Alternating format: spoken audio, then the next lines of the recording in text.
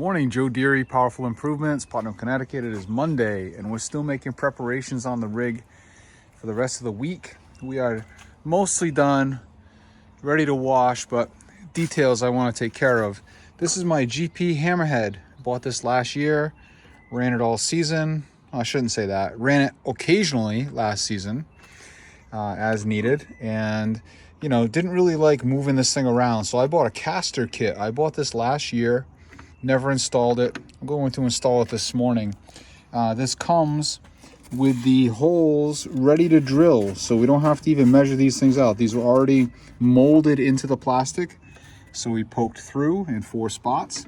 I got the first caster set on there, and I'm about to install the rest of them. These are really nicely made, and we're going to try that out momentarily. I switched my tips. I had 25025s on there last year for the 5.5 gallon. I just put 2540s on here, so this should run the 8 gallon, and we're going to find out momentarily. I'm going to finish putting this together and do a couple more little details, and we'll do a test hit. All right, there's a little adjustment to be made here, so you can raise it up and down according to what you want to do. I think I've got it set nicely. Show you how easy it moves. You can hear the brush just barely touching. That moves very easy. And we'll try it out in a little bit. I got a couple other things to do before we run any water, but I'm pretty happy with that setup so far. Okay, we had an extra 100 feet of hose in stock, Suttner hose, 4,000 PSI. This very likely came from Pressure Tech. And I just put stainless fittings on each end because if something happens in the field, I don't want to be messing with it. And hopefully we won't need this, but we always blow a hose every season. So that's ready to go. Okay, now we're doing our first chemical transfer of the season. I got this bin I was using yesterday. It's about a 20-gallon bin. I got 3 5-gallon cubes in there already. We got 5 more over here. These are from the fall of last year. This should still be good. It's been outside. No issues. You can smell it. It smells fresh. We're going to load all of this up into the tank. I'm going to get all 40 gallons up in there. You can see that hose in the middle right there is yellow. That's my transfer into the tank. We're bottom feeding this tank. So that should be pretty slick. So I'm just going to keep this full. And that'll be it. I got about another 175 gallons of shock in the back over there behind my trailer. I got 3 full 55-gallon drums and 1 that's about half full. So we got plenty of shock to get started. And I just ordered 4 more drums from Agrochem. So we're gonna have plenty of shock to get rolling this year. I'm gonna try to stay way ahead of it so we don't run out. Occasionally last year I ran out and it was very frustrating. All right, then we give our chem transfer pump a quick flush by putting it in a couple gallons of water. That winds up in the SH tank. Very minimal dilution, just to clean that pump out a little bit. And I want to make note that I'm probably going to jinx myself, but this Gen 2 is the beginning of the 3rd season running this thing, and I have not replaced either pump. So I don't know if what I'm doing is right or wrong, but there you go. These are actually, they've got PowerWash.com or whatever power wash store labels on them, but you can see that they are flow jet pumps, and they are 4.9 gallon per minute, 5 gallon per minute, 4.9 it says right there. I will be buying another one of those as a replacement. I also did buy a Remco Fat Boy, which we have stuck up in here. Oh, I guess technically it's not a Fat Boy because it's not a 7 gallon, but that is a 5.3 gallon. And my idea was that if one of those pumps goes bad, hopefully I can swap that in. It's basically the same size, and I should be able to retrofit it into that box. So chem transfer done. Now we just unhook this pigtail, and it's gonna be only water that comes out of here now. Okay, it's not under pressure because it's on the downside, and that's it. And that just trucks up out of the way, and we don't have to worry about it. All right, now we're getting our chem lineup set on the truck. I'm putting a brand new pump up sprayer on the truck. These don't usually last. You leave stuff in them, and then when you go to use them again, they fail. They're only like $10 or $12 at Lowe's. So I usually have a new one. I got another new one in the barn too, but I'll bring this one with me to start with. I'm going to have some gutter butter on the truck. This is great for oxidation and tiger striping on gutters or aluminum. We're gonna go with aluminum brightener from Napa this year for our rust removal. This works very well. I probably will be ordering some F9 bark, but we're gonna start with this. And it worked really good for me at the end of the year last year. Okay, we got some EcoChem 1 Restore. Haven't used this too often. I think I used it once last year. It takes basically everything off. It worked on rust stain and watermarks, all sorts of great stuff. You probably can't read it in there, but it works for basically everything. Same thing with this chemical. This is Cleanse All BC, and this works on oxidation. If you want to take oxidation off a siding, you can downstream this or X-jet this or pump spray it, and typically not have to brush. I've used this a couple times in the past, so that's my chemical lineup. A few of these on the truck. These again don't last, so I keep a few of them around. You leave chemical in them, next time you go to use them they fail.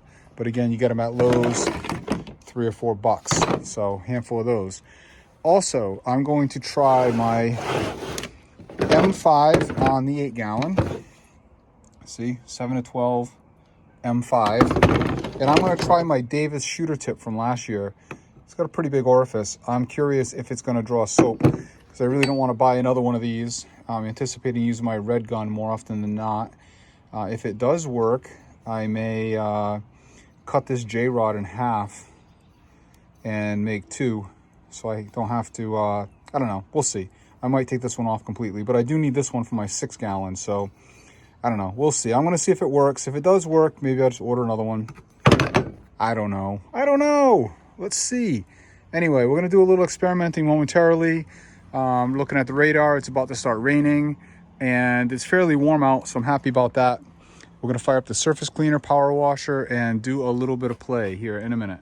All right, there she sits, fully stacked. I got my ladders on there, half tank of water, nearly full tank of SH, nearly full tank of soap. I got like 8 gallons of fuel in that tank. I got the 32-foot ladder up there, the 24-foot and the 16. I've got my leaf blowing poles tucked in here. They fit perfectly. I'll show you guys the new leaf blower setup maybe tomorrow. I'm gonna play with that. I've got my gutter tool on the extension arm in there. I've got a little mini rake in here to clean things up. Okay. I've got my back of the truck here all loaded with chem and tools, leaf blower, yard signs, 5-gallon bucket full of miscellaneous MacGyver tools. There's a K1 in there, a VRT3 unloader in there, first aid kit, chem sprayer. I've got my Lufkin walking reel so I can measure if I'm doing gutter guards. I got a fire extinguisher over there. We got Hornet spray, those good things. This is what we look like from the front on this side.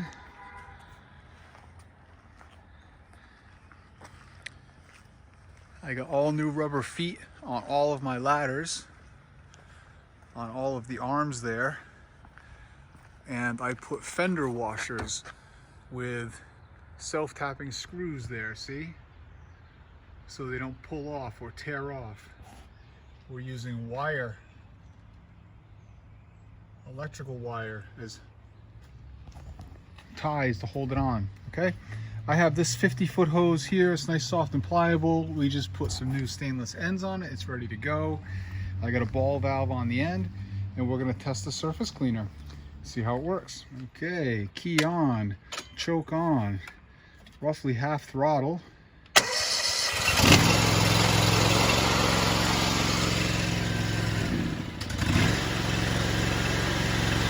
Yep, whoa.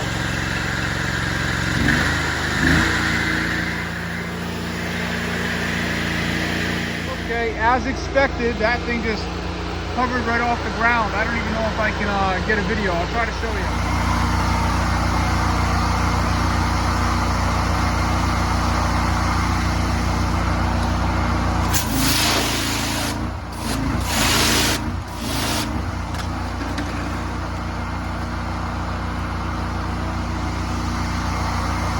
So that doesn't work. I'm going to try to cut the ball valve down and see if I can make it work.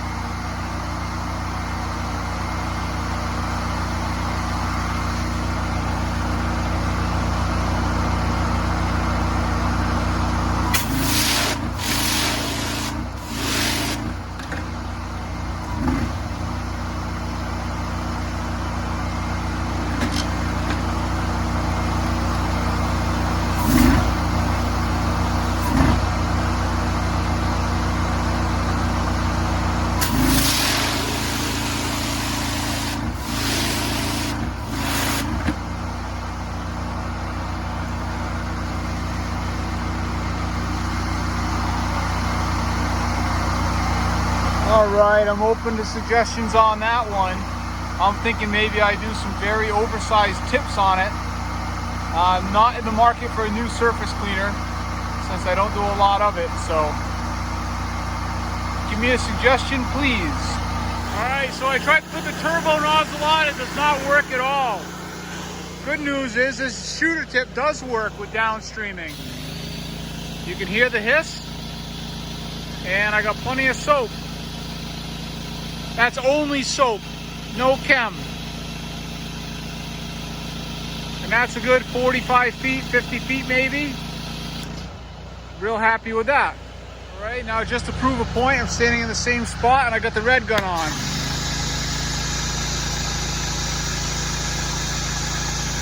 And I got about the same distance. Maybe a little tiny bit more.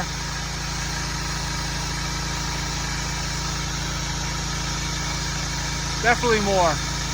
Good 5 feet more. And a better stream. All right, we are fully loaded, ready to go.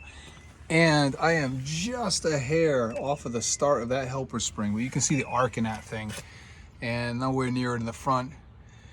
My springs are looking kind of flat. Definitely all the weight this thing's gonna handle. We're sitting level, we're no longer jacked in the back.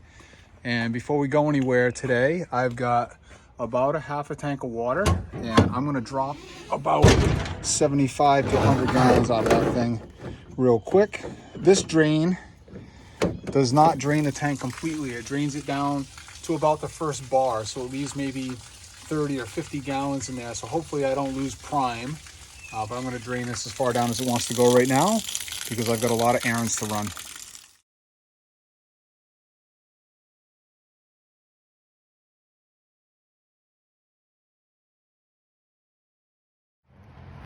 Here we are at the sign shop, and we're going to get the tailgate lettered.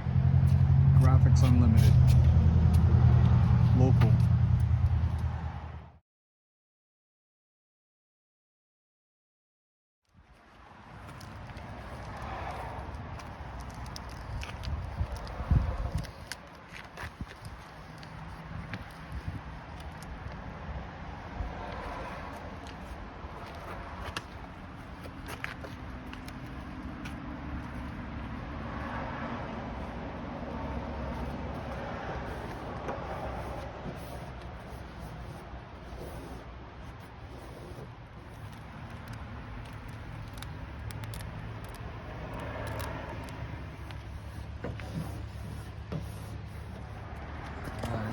What do I owe you?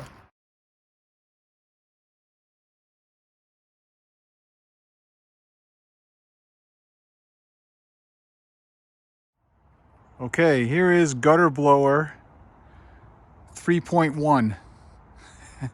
It's the Husky 125, and I put the gooseneck on it that goes with the gutter kit instead of using it like a blower. I'm gonna keep the other blower on the truck if I need it. I'm gonna leave this one set up like this. This is one Tucker pole, only extended a couple of feet. So you double the length on that. I can nearly reach that, not quite comfortably. But if I put a second extension on that, I only have to open it up a little bit to get there, no problem. So I don't really even see I'm ever going to be using 3 extensions on this thing. 2 is going to be, I think, 3 stories. Anyway, that's what it is. I'll show you how it works. So I bought this Fernco fitting, which is a rubber plumbing fitting that mates pipes together. You see how tightly that fits in there. Nice and snug. It comes out a little easier when you have 2 hands to work with. There we go. I'll show you the other end here. So it's a Fernco fitting. Okay, it's reducing from 2 to 1.5. Okay, I stuffed my pipe all the way down in there, flush. That's beautiful. Fits perfectly. It doesn't even really want to move. Then I set this up. Just set it right down in there. Again, this is always much easier when you have 2 hands. There we go. There you go. That's all the way in again. All right, and then with 2 hands, you can start this thing right here.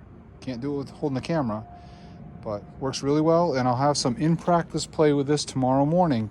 And we have our first wash of the season happening tomorrow. Starting it off with a nice little annual gutter cleaning and house washing. Then I'm going to be doing a gutter cleaning, roof washing, and house washing. Only 2 projects, but I'm excited to go. I think I have everything ready, nice and clean. I made myself the best I could plastic lid for that. It doesn't want to fit in there, but that's a little bit of protection. I did add a little bit of a hose on these wires that go down in. I took a fuel hose, cut it, fit it in there. Much better. I got all 3 of them. And we're good. All right, you guys, we'll see you tomorrow. Have a great night.